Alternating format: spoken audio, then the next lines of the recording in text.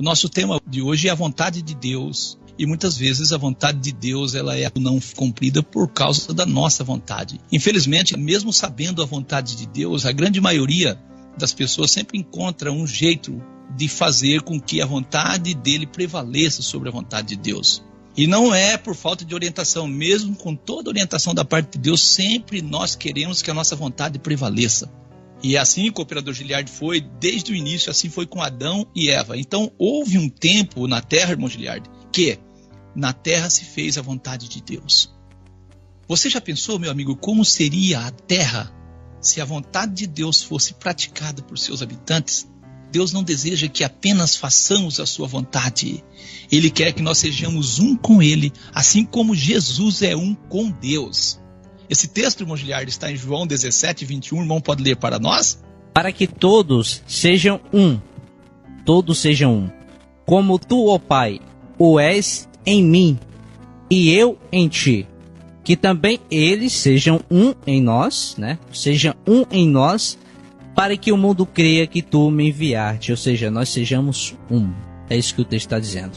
Graças a Deus. Então a grande maioria erra em matéria de fé, não por falta de conhecimento, mas por desobediência mesmo. Amém. Por desobediência mesmo. Na carta aos Hebreus, no capítulo 5, versículo 8 a 9, falando de Jesus, está escrito: ainda que era o quê? Filho. Aprendeu o quê? A obediência por aquilo que padeceu. Ele aprendeu a obediência. E sendo ele consumado, veio a ser a causa da eterna salvação para todos os que lhe obedecem. Jesus é causa de salvação para todos os que lhe obedecem. Por isso é importante que nós encontremos nas Escrituras, encontramos nela e assim possamos acreditar na orientação que recebemos por meio dela, porque a obediência à palavra é quem nos salva. Amém? Amém. Então fazer a vontade de Deus é uma condição para a nossa entrada no reino. Desde o início, os seres humanos tendem a fazer as coisas do seu jeito. Deus quer fazer da terra o seu reino, porém existem condições para entrarmos neste reino. Mateus 7, versículo 21, está escrito: nem todo o que me diz Senhor, Senhor, entrará no reino dos céus, mas aquele que faz a vontade de meu Pai que está nos céus. Nós temos que fazer a vontade do Pai. Se quisermos entrarmos no reino. Os nossos ouvintes lembram por que Adão e Eva foram expulsos do Éden? Lembram? O que eles não quiseram fazer? A vontade de Deus eles não quiseram fazer. Isto serve de exemplo a nós. Se Deus agiu assim com Adão e Eva, isto afirma as palavras do Senhor Jesus que diz: entrará no reino aquele que faz a vontade de Deus. Eu retorno mais uma vez com esta pergunta. Você sabia que houve um tempo em que toda a humanidade deixou de fazer a vontade de Deus? Houve um tempo em que a humanidade toda deixou de fazer a vontade de Deus. Nesse estudo nós queremos trabalhar um tema então muito importante, a vontade de Deus, e mostrarmos que a causa da ruína da terra ou na terra é as pessoas deixaram de dar crédito à vontade de Deus. Não podemos esquecer que fazer a vontade de Deus é uma condicionante, eu digo a condicionante número 1 para entrarmos no reino.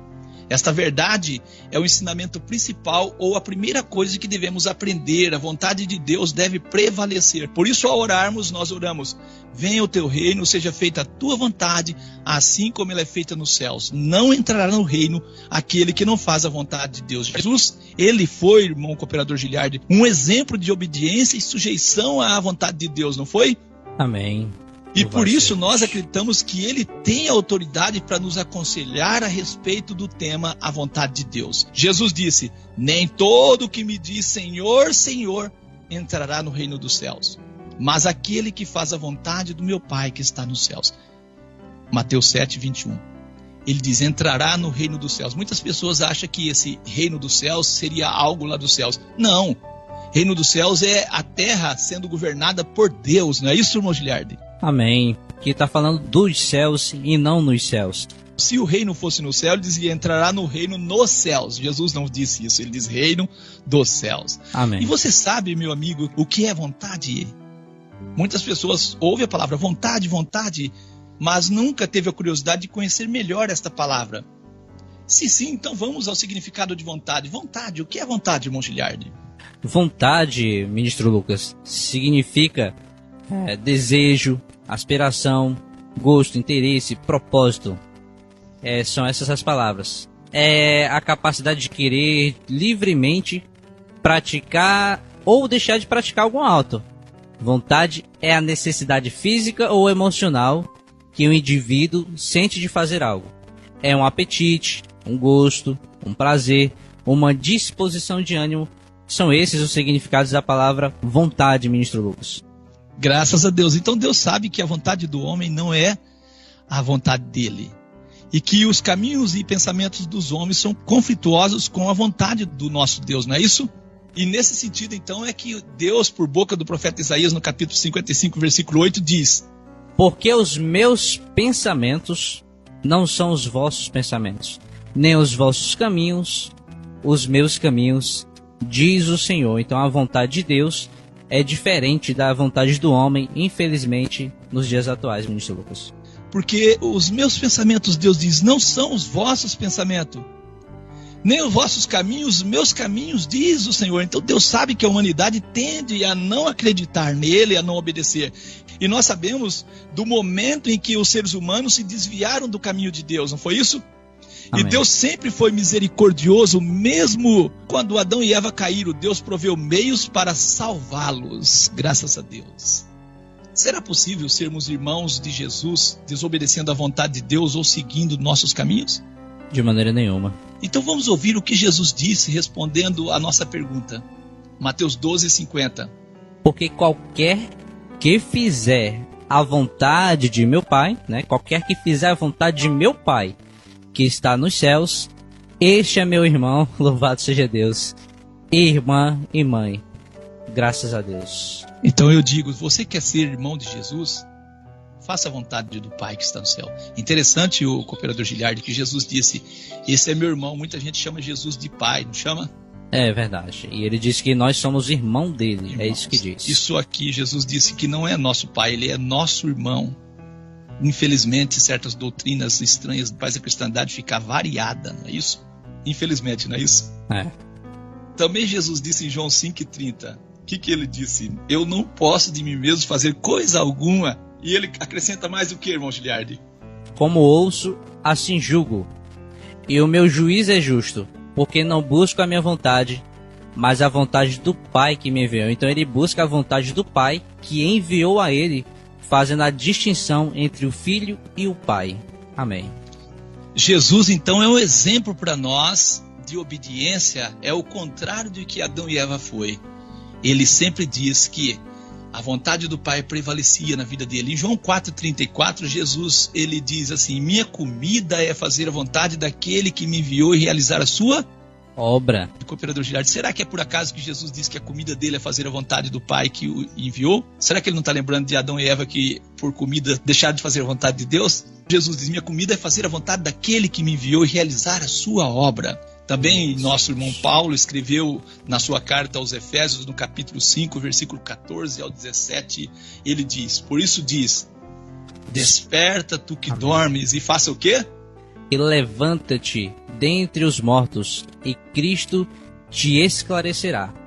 Aí continuando os versos que diz assim, portanto vede prudentemente como andais, não como necios, mas como sábios, remindo o tempo, porquanto os dias são maus, Por isso não sejais insensatos, mas entendei qual seja a vontade do Senhor. Então, quando nós fazemos a vontade do Senhor, ministro Lucas, nós estamos agindo como sábios, fazendo a vontade do Senhor. Amém. Louvado seja Deus. Então sabendo que fazer a vontade de Deus é a condicionante principal para estar ou entrar no reino. Nesse sentido, então, nosso irmão Paulo está correto em dizer, para despertarmos, andarmos com prudência, não sermos nécios, mas sim sábios, não sermos insensatos e, por fim, entender a vontade de Deus. Amém?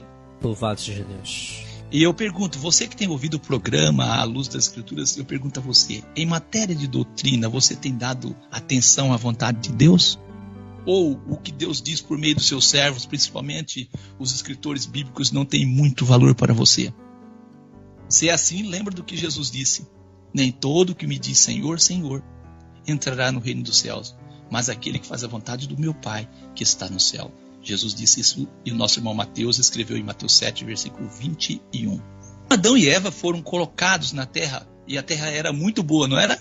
Sim. Não faltava nada a eles e mesmo assim não foram capazes de fazer a vontade de Deus e caíram no engano do maligno, do inimigo. Jesus, por outro lado, nasceu em um mundo muito ruim devido à ação do diabo.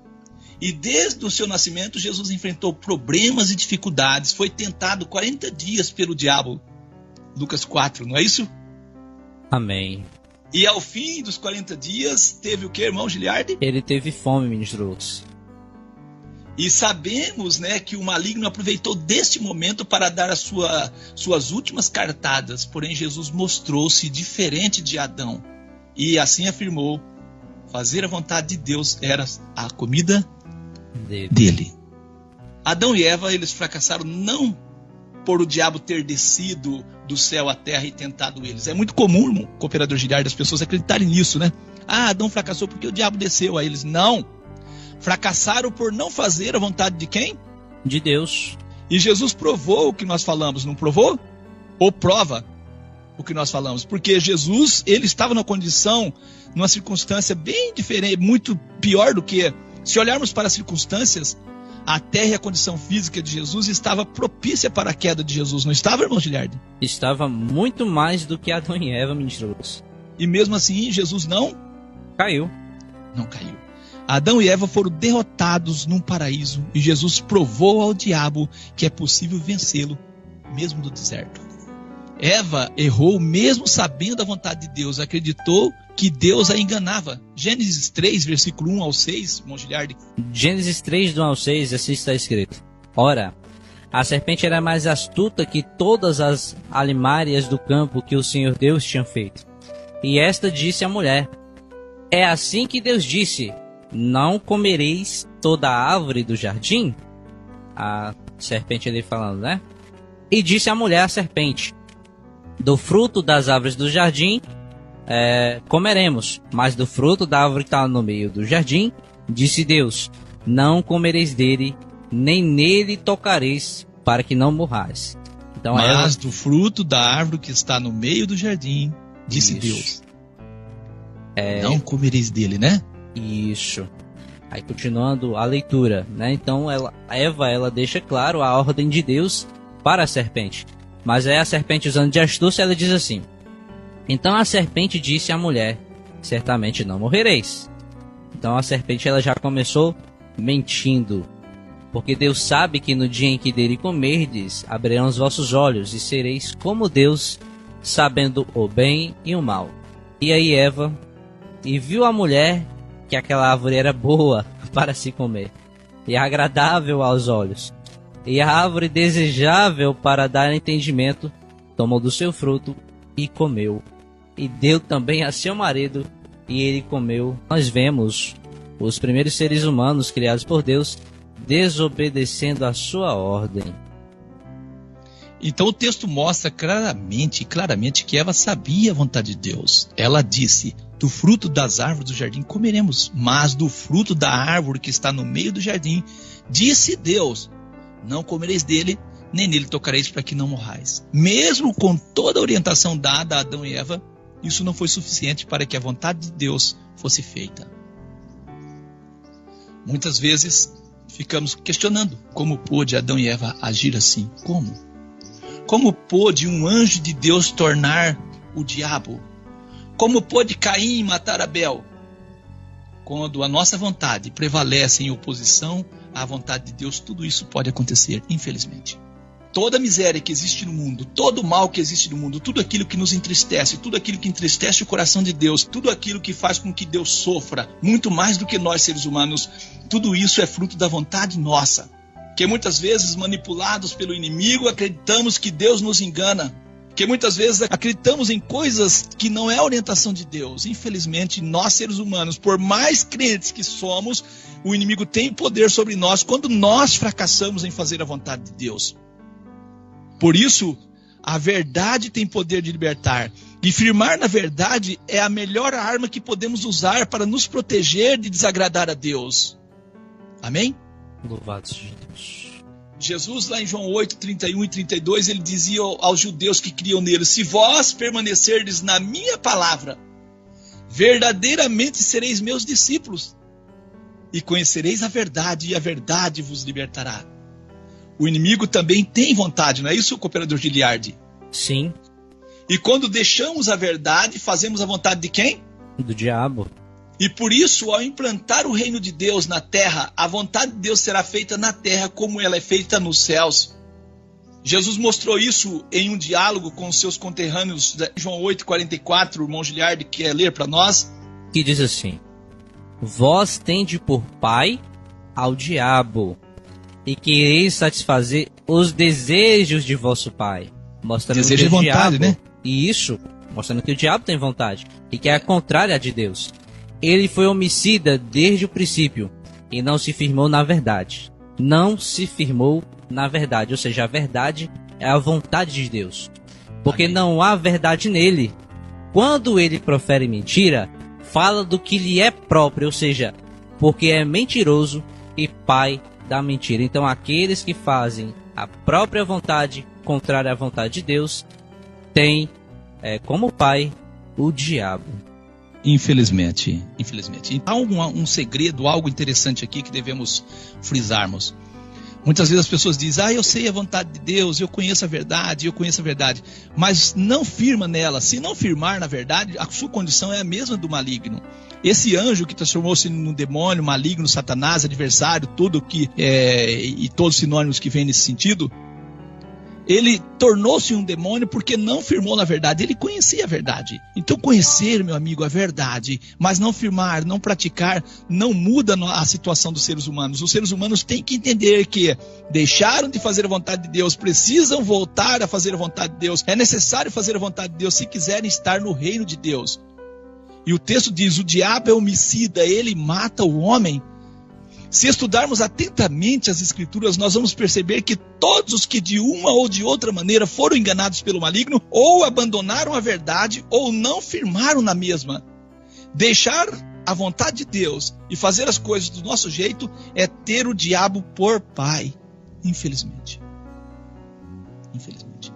E aí, cooperador Giliardi, de Mateus 7, 21, está escrito: nem todo o que me diz Senhor, Senhor, entrará no reino dos céus, mas aquele que faz a vontade de meu Pai, a vontade de meu Pai que está nos céus. Só entraremos no reino fazendo a vontade do Pai de Jesus Cristo, o nosso Pai. Graças a Deus. Então a maior arma que nós temos a nosso favor para não sermos enganados por nossa vontade é as Escrituras, que apresenta para nós a vontade de Deus, não é isso? Amém, isso. Por isso Jesus sempre usou o está escrito. Se você ler Lucas 4, versículo 1 ao 12, você vai ver: Jesus foi tentado pelo diabo, 40 dias tentado pelo diabo, não caiu. Jesus sempre disse: está escrito, nem só de pão viverá o homem, mas de toda a palavra. Jesus disse, mesmo quando Satanás fez uma proposta, Satanás disse ali no versículo 6 de Lucas 4: dar-te-ei todo esse poder, mostrando os reinos do mundo e a sua glória, porque a mim me foi entregue e eu dou a quem eu quero. Portanto, se tu me adorares, tudo será teu. E Jesus não aceitou isso. Jesus sempre pôs na vida dele a vontade de Deus, sofrendo, enfrentando dificuldades, mas a vontade de Deus prevalecia na vida de Jesus e na vida dos servos de Deus. Então o diabo fez de tudo para que Jesus fizesse a sua vontade. Usou todos os recursos que pôde para levar Jesus à desobediência a Deus. Você sabe que o que está escrito é a espada do Espírito? Poucas pessoas sabem o que é a espada do Espírito. Efésios 6:17 está escrito: a espada do Espírito é o que, cooperador Giliardi? Tomai também o capacete da salvação e a espada do Espírito, que é a palavra de Deus. Efésios 6:17. A espada do Espírito é a palavra de Deus, ministro Lucas. Então muitas pessoas querem vencer o diabo com sua palavra, não é? Isso é verdade. E aí com suas armas você nunca vai vencer o maligno. Se Eva tivesse usado a palavra de Deus, ela teria caído? De maneira nenhuma. Mas as pessoas usam as suas palavras no lugar das palavras de Deus. Por isso eu sempre digo, cooperador Giliardi, a voz é nossa, mas a palavra não. Amém. A voz é nossa. mas a palavra não. Infelizmente, muitos crentes não estão dando atenção à vontade de Deus. Muita gente tem dificuldade em acreditar nos relatos a respeito de Adão e Eva. Muitos, por se achar sábios demais, né, não acreditam que esse relato foi... Eles acreditam, né? Na verdade, eles acreditam que esse relato foi uma historinha que foi inventada, não é, cooperador Giliardi? Infelizmente eles acham isso, ministro Lucas. E eu digo, você só entenderá a mensagem do reino se estiver disposto a acreditar em Deus por meio das Escrituras.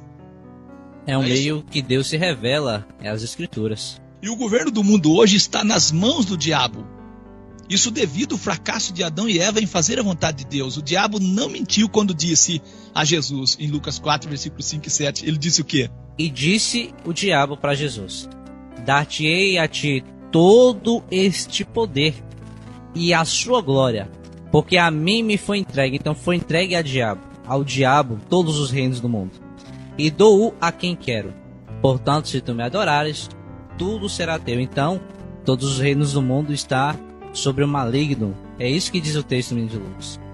Então nós vivemos num mundo governado pelo maligno e por sua vontade. Isso explica muito dos problemas existentes na Terra. Isso. E é importante e necessário que você conheça os planos de Deus para a salvação do mundo. Poucas pessoas conhecem. O diabo é o governante do mundo hoje. Muitas pessoas acham que Deus está governando o mundo. Nós não temos dúvida que o mundo é de Deus, pois ele é o Criador, mas não é ele que governa o mundo atualmente, pois caso fosse, as coisas não estariam como estão, né, irmão Giliardi? O mal aumentando a cada dia, o mundo piora a cada dia, o amor está desaparecendo da terra, terremotos, maremotos, peste, fome, secas, enchente, doenças incuráveis, corrupção aumenta dia a dia, drogas e o tráfico toma conta do mundo, estamos testemunhando o aumento do quê? Da violência, e além disso, governantes injustos. E uma das coisas que eu sempre falo, irmão Giliardi, a falta de responsabilidade do ser humano. A cada dia o ser humano não tem a responsabilidade. Poluição do solo, das águas, do ar, desmatamento, consumismo, aquecimento global, falta de chuva em certas regiões, enchente em outras regiões, rios secando. E eu pergunto, caso você crê que Deus está governando o mundo, então ele não está tendo poder de mudar a situação. E o governo de Deus piora a cada dia. Isso não é possível. Cada dia.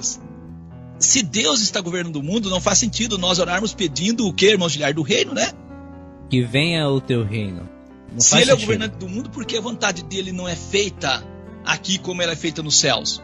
Os homens em nossos dias, eu digo, têm aumentado assustadoramente o poder de destruir a terra. Por isso, ao instaurar o seu reino através de Jesus, ele destruirá os que destroem a terra. Está escrito isso em Apocalipse 11, versículo 18. E é nesse tempo de governo que Jesus restaurará todas as coisas, conforme está escrito em Atos 3, versículo 21, e Mateus 19, 28. Nossos corações enchem de alegria ao esperarmos esse momento e ao acreditarmos que o retorno, a volta de Jesus, porá fim a todo o sofrimento existente na terra. E assim como o diabo tomou o governo do mundo das mãos de Adão e Eva, Deus vai tomar de volta dele. Apocalipse 11, versículo 15 ao 17, irmão Giliardi.